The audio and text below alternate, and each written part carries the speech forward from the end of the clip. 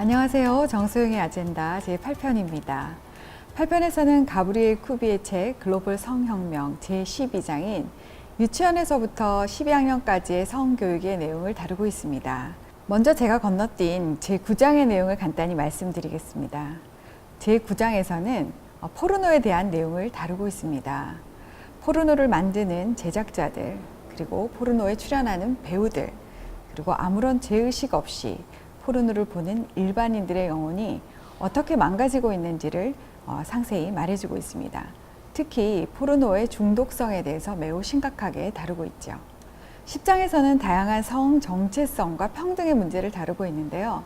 이 부분은 지난번에 저희 아젠다 인터뷰에서 이명진 의사 선생님께서 나와서 말씀해 주셨던 내용들과 좀 겹치는 부분들이 있어서 제 강의에서는 생략하도록 하겠습니다. 그리고 11장에서는 기독교 신앙과 동성애에 대해서 다루고 있습니다. 여기에서는 성경에서 동성애를 어떻게 다루고 있는지, 그리고 현대 카톨릭, 성공회, 루터교 등 개신교에서 동성애를 또 어떻게 이야기하고 있는지를 말해주고 있습니다. 특히 일부 진보적이고 자유주의적인 신학관을 가진 신학자들이 동성애에 대해서 어떤 궤변을 늘어놓고 있는지에 대해서 이야기하고, 현대 카톨릭이나 또 이 개신교 쪽에서 이 동성애에 대한 이슈에 대해서 서로 어떻게 분열되고 있는지 그 양상을 이야기해주고 있습니다. 그래서 아마 카톨릭 신자분들을 포함한 이 기독교를 믿으시는 분들께 특별히 와닿는 내용이 될 것이라고 생각합니다. 제가 다루지 않은 부분들도 굉장히 놀랍고 유익한 내용들이 많습니다. 여러분들께서 꼭 꼼꼼히 잘 읽어보시기를 바랍니다. 그러면 본격적으로 오늘의 주제인 서구의 성교육, 특히 공교육에서 실시되고 있는 포괄적 성교육에 대해서 한번 다루어 보도록 하겠습니다. 서구에서 유치원에서 12학년까지라고 하면 우리나라 나이로는 아마 한 5살부터 고등학교 졸업할 때까지를 이야기하는 것인 것 같습니다. 책을 읽어보시면 알겠지만 서구 유럽에서는 아동과 청소년의 성교육이 전통적인 성윤리나 가치를 가르쳐 주는 것이 아니라 성을 권리로 인식하게 하고 또 윤리가 아닌 성관계 기술을 가리키는 쪽으로 변질되면서 오늘날 어떤 결과를 낳게 됐는지를 상세히 다루고 있는데요. 그 내용이 상당히 충격적입니다. 그런데 문제는 이런 일들이 서구에만 국한된 것이 아니라 우리나라에서도 현재 일어나고 있는 일이라는 사실을 학부모님들께서는 얼마나 알고 계신지 잘 모르겠습니다. 최근에 제가 어떤 동영상을 우연히 하나 보게 됐습니다. 거기에서 스스로를 청소년 운동가라고 말하는 한 중학생 정도 되어 보이는 여학생이 나와서 우리들도 어른들처럼 섹스를 할 권리가 있습니다. 그리고 또 실제로도 섹스를 합니다. 그러다 보면 어른들처럼 실수로 임신할 때가 있어요. 그런데 그게 무슨 문제인가요? 저출산이라면서요. 그럼 청소년에게도 섹스할 권리를 줘야 되는 거 아닙니까? 라고 말하는 것이었습니다. 참 이 여중생이 자신의 인생에서 아이를 낳고 기른다는 것이 어떤 의미를 가지고 또 어떤 책임을 져야 하는지를 생각이나 해보고 하는 말인지 참 의심스럽습니다. 참 놀랍고 충격적인 일이죠. 우리의 10대들이 어떻게 이렇게 10대의 성관계를 갖고 또 아이를 낳는 것을 권리라고 당당하게 주장을 할 수 있게 되었는지 정말 놀라운 일인데 바로 이게 좀 잘못된 교육 때문이 아닌가 하는 생각이 들었습니다. 우리나라에서도 벌써 수년 전부터 서구의 성교육 표준안을 쫓아서 성을 절제 있고 책임 있게 다루도록 가르치거나 성에 관련되어서 어떤 인격적인 성숙함과 사랑, 유대감, 또 성을 통해서 탄생되는 생명의 존엄성, 이런 것들을 가르치기보다는 성적인 쾌락을 누리는 것이 당연한 권리다. 그리고 이러한 권리를 누리는데 걸림돌이 되는 그 임신을 피하는 그 피임 방법을 가르치는 그런 위주로 성교육이 좀 변질되어 가고 있습니다. 이것을 포괄적 성교육이라고 말을 하죠. 그런데 이런 성교육은 국가가 주도적으로 공교육에서 실시하기 때문에 부모가 이런 교육을 원하지 않는다고 해서 피할 수가 없습니다.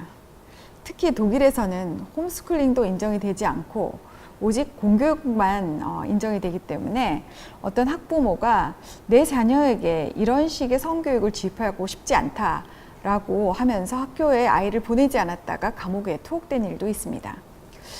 그런데 이렇게 독일에서 낯뜨거운 그리고 좀 직접적인 이런 성교육을 하게 된 데는 1980년대에 출현한 에이즈가 아주 중요한 계기가 되었다고 합니다. 에이즈의 확산을 두려워한 정부에서는 아이들에게 에이즈를 예방하기 위해서는 어떤 혼전 순결을 지켜야 한다거나 결혼 이외에 다른 성관계를 가져서는 안 된다, 성을 매우 절제하고 책임있게 사용해야 된다, 이렇게 가르치기보다는 소위 성교육 전문가라는 사람들이 이 피임 도구 세트를 들고 학교마다 찾아다니면서 아이들에게 플라스틱 그 성기에 콘돔을 끼워보는 연습을 시킨다거나 아주 그 노골적이고 자극적인 시청각 교육을 통해서 그 성에 대한 테크닉을 가르치는 이런 성교육을 실시했다고 합니다. 이런 교육의 결과로 아이들이 더 이상 어떤 성적인 수치심을 느끼지도 못하고 부끄러운 것이 무엇인지를 깨닫지를 못하게 되면서 일반적인 친근함과 또 누군가가 자신을 성적 대상으로 바라보고 접근하는 것 사이를 구별할 수가 없는 그런 상황에 놓이게 되었다고 합니다. 따라서 이런 아이들은 어른들의 성폭행으로부터 자기를 스스로 지킬 수 있는 그런 판단력과 능력을 잊어버리게 되었고요. 그 청소년들이 일찍부터 성적인 호기심을 가지고 또 조기 성관계를 하면서 육체적으로나 정서적으로나 상처를 받는 경우가 더 많아지고 있다고 합니다. WHO라고 세계 그 보건기구 아시죠? 그 세계 보건기구와 유럽연합에서 함께 만든 성교육 표준안이라는 것이 있습니다. 이 표준안에서는 이 연령대별로 적절한 성교육이 어떤 것이다 라는 가이드라인을 제시해주고 있는데요. 그 내용이 과히 충격적입니다. 이 역시 성은 절제하고 책임있게 다루기보다는 권리이고 또 누리고 즐겨야 한다는 철학이 그 밑바탕에 깔려 있는 것이죠. 예를 들면 4세에서 6세 아이들은 자위행위를 배워서 어릴 때부터 자기 몸을 만지는 그런 행위를 통한 즐거움을 알도록 해줘야 된다라고 가르치고 있습니다. 6세에서 9세부터는 다양한 피임 방법을 배워야 하고 또 9세에서 12세 정도 되면 포르노도 적절히 활용할 줄 알아야 되고 15세부터는 성매매 및 동성애를 포함한 여러 가지 성관계에 대한 실질적인 방법 등을 배워야 한다고 가르치고 있다고 합니다. 그런데 문제는 이런 성적인 테크닉을 가르치면서 어린 나이에 성관계를 하는 것이 어떤 위험성과 부작용이 있는지에 대해서는 가르치지 않는다고 합니다. 예컨대 피임약의 부작용이라든지 에이즈나 각종 성병에 관한 것이라든지 또는 이 정서적이고 정신적인 문제를 유발할 수 있는 것 등에 대해서는 아이들에게 올바로 알려주지 않는다고 합니다. 우리나라에서도 충남 홍성군 홍동면이라는 곳에서 이 청소년을 위한 전용 자판기가 설치되어 있다고 하는군요. 행복한 성모임 이야기라는 곳에서 이 만화방 같은 그런 문화 공간을 마련해 놓고 거기에 청소년들을 위한 전용 콘돔 자판기를 설치해 놓았다고 합니다. 100원에 2개라고 하는데요. 아이들이 아주 손쉽게 구매해서 가지고 놀 수 있다고 하네요. 이 자판기를 설치한 측에서는 본인들이 아이들에게 이 청소년의 섹스를 권장하는 취지가 아니라 청소년들이 잘못된 성지식으로부터 건강을 위협받는 것을 막기 위해서 이 콘돔 자판기를 설치했다고 주장을 합니다.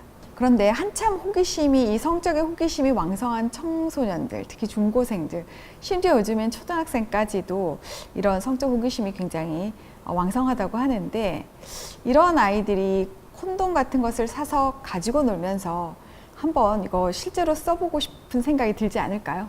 요즘 최근에 사회적으로 미투 운동이 일어나면서 하루아침에 사회 명망가들조차도 이렇게 매장을 당하고 자신의 어떤 커리어가 막히는 그런 일들을 겪고 있는데 하물며 한참 이 성적으로 호기심이 왕성한 아이들에게 이런 성적인 자제력과 그리고 성적 자기 결정권을 올바로 행사하는 것을 기대하는 것이 과연 교육적으로 바람직한 일인지 우리가 한번 생각을 해봐야 할 것 같습니다. 대부분의 아이들은 10대가 끝날 때까지 부모님들의 무조건적이고 헌신적인 사랑과 보호가 필요합니다. 아이들은 어떤 성관계에 대한 관심보다는 미래를 위해 자신의 몸과 마음을 건강하게 가꾸고 단련하고 열심히 공부하고 자신의 진로와 적성을 찾아가는데 정말 열정과 에너지를 쏟아야 하는 시기입니다. 우리 사회의 희망이자 미래인 것이죠. 그런데 국가 주도의 이런 포괄적 성교육은 우리 미래 세대의 문화를 부패하게 만듭니다.